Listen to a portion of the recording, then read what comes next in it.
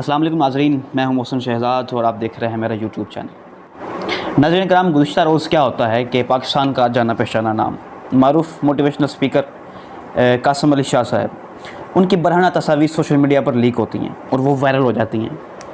तस्वीरें बरहना किस तरह थी, सितर तो वाज़े नहीं था लेकिन तस्वीर थी बरहना। उन तस्वीर पर फिर चंद सोशल मीडिया सार्फिन ने कुछ इस तरह के कमेंट्स किए कि इंतहाई अजीब अजीब किस्म के उस पर कैप्शंस देकर उसको अपलोड किया गया और उस पर यह कहा गया, इस तरह का तजिया किया गया कि कासिम अली शाह साहब भी मुफ्ती अब्दुल कवी की नहज पर चल रहे हैं, उन्हीं के रास्ते पर चल रहे हैं। तो जहाँ तक बात पहुँच चुकी थी कि चंद वीलागर्स ने इस पर पूरे वीलाग भी कर दिए और 7-7, 8-8 मिनट की वीडियोस भी बना दी कि कासिम अली शाह साहब किसी मुहतरमा के साथ थे और इस पर पूरी स्टोरी बनाकर इसको पेश किया गया। तो इसकी हकीकत क्या है, इसमें किस कदर सदाकत है, आज हम इस पर बात करेंगे। इसलिए आप इस वीडियो को आखिर तक लाजमी देखिएगा और अगर आप इसलिए आप इस वीडियो को आखिर तक लाजमी देखिएगा और अगर अभी तक आपने हमारा चैनल सब्सक्राइब नहीं किया तो लाजमी कर लें।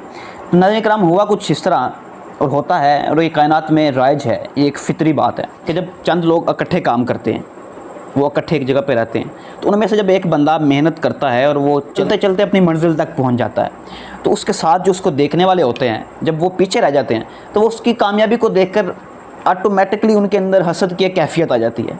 हसद बरहक है, कुरान और हदीस इस्लाम भी इस हवाले से बताता है कि हसद आ जाता है, इंसान का एक फ़ितरी अमल है। तो नाज़रीन, कासिम अली शाह साहब के साथ भी कुछ ऐसा ही हुआ।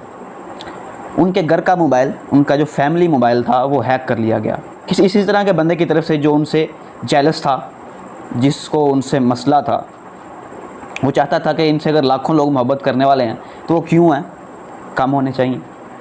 जब कासिम अली शाह साहब से इस बात का पूछा गया कि आपकी जो तस्वीर लीक हुई हैं उसके बारे में आपका क्या मौक़िफ़ है, तो उन्होंने कहा कि जहाँ तक मुझे याद पड़ता है कि ये तस्वीर तो तकरीबन 2 से 3 साल पुरानी है और ये मेरा घर था, मेरा रूम था, उस रूम में ली गई तस्वीर थी और इसमें कोई इतनी गलत बात तो थी नहीं, कोई इसमें कोई मोहतरमा होती जिसमें कुछ इस तरह का अमल दिखाया जाता। मैं तो जब घर में होता हूँ तो मैं लाचा भी पहन लेता हूँ, बुनियान भी पहन लेता हूँ, ऐसे भी घूम लेता हूँ, ऐसे भी रह लेता हूँ, अपने बच्चों के साथ मैं स्विमिंग भी करता हूँ, बाज़-औक़ात वहाँ पर भी तस्वीर बनाता हूँ। तो उन्होंने कहा कि उसको इस तरह पेश किया गया कि इनकी तस्वीर अभी आ चुकी हैं और वीडियो अभी आना बाकी है। और स्टोरी ये दी गई कि किसी पॉलिटिशियन की बीवी ने ये तस्वीर लीक की हैं और उसने साथ ये कहा है कि तस्वीर आ चुकी हैं और कुछ ही लम्हों तक और कुछ घंटों तक वीडियो भी आ जाएगी, ये कहा गया। तो उन्होंने कहा कि ऐसी कोई बात नहीं है। मैं इसको अपनी तरफ से खुदा को हाज़िर व नाज़िर जानते हुए ये कहता हूँ कि मेरी तरफ से ऐसा कोई मामला नहीं है। तस्वीर हैं, अगर आ सकती हैं मज़ीद तो तस्वीर ही आएंगी, क्योंकि मेरा फैमिली का मोबाइल है तो उसमें से तस्वीर निकल सकती हैं। तस्वीर अगर ये आई हैं तो फिर कोई और भी आ सकती हैं, अगर ये तस्वीर निकली हैं तो कोई और भी निकली होंगी, जिसने ये निकाली उसने बाकी भी निकाल ली होंगी। मेरी फैमिली, बच्चों के साथ तस्वीरें, बेगम साहिबा के साथ तस्वीरें, तो उनका इस पर यह मौक़िफ़ था। तो उन्होंने कहा कि इसमें कोई सदाकत नहीं है, इसको मैं FIA में रिपोर्ट कर चुका हूँ, तो इंशाल्लाह जल्द पता भी चल जाएगा कि ये किसने हैक किया था और ये इसके पीछे कौन है और इसके पीछे क्या साजिश है। तो नाज़रीन कराम, मेरी आप सबसे गुजारिश है कि सोशल मीडिया पर चलती हुई किसी भी खबर पर सिर्फ पढ़ के यकीन ना कर लिया करें, उस खबर को तब तक आगे ना फैलाया करें जब तक आपको उस पर यकीन ना हो जाए। हदीस पाक में आता है कि सुनी सुनाई बात को आगे फैलाने वाला शख्स झूठा होता है। इसी के साथ इजाज़त दीजिए, इंशाल्लाह फिर मुलाकात होगी। वस्सलाम।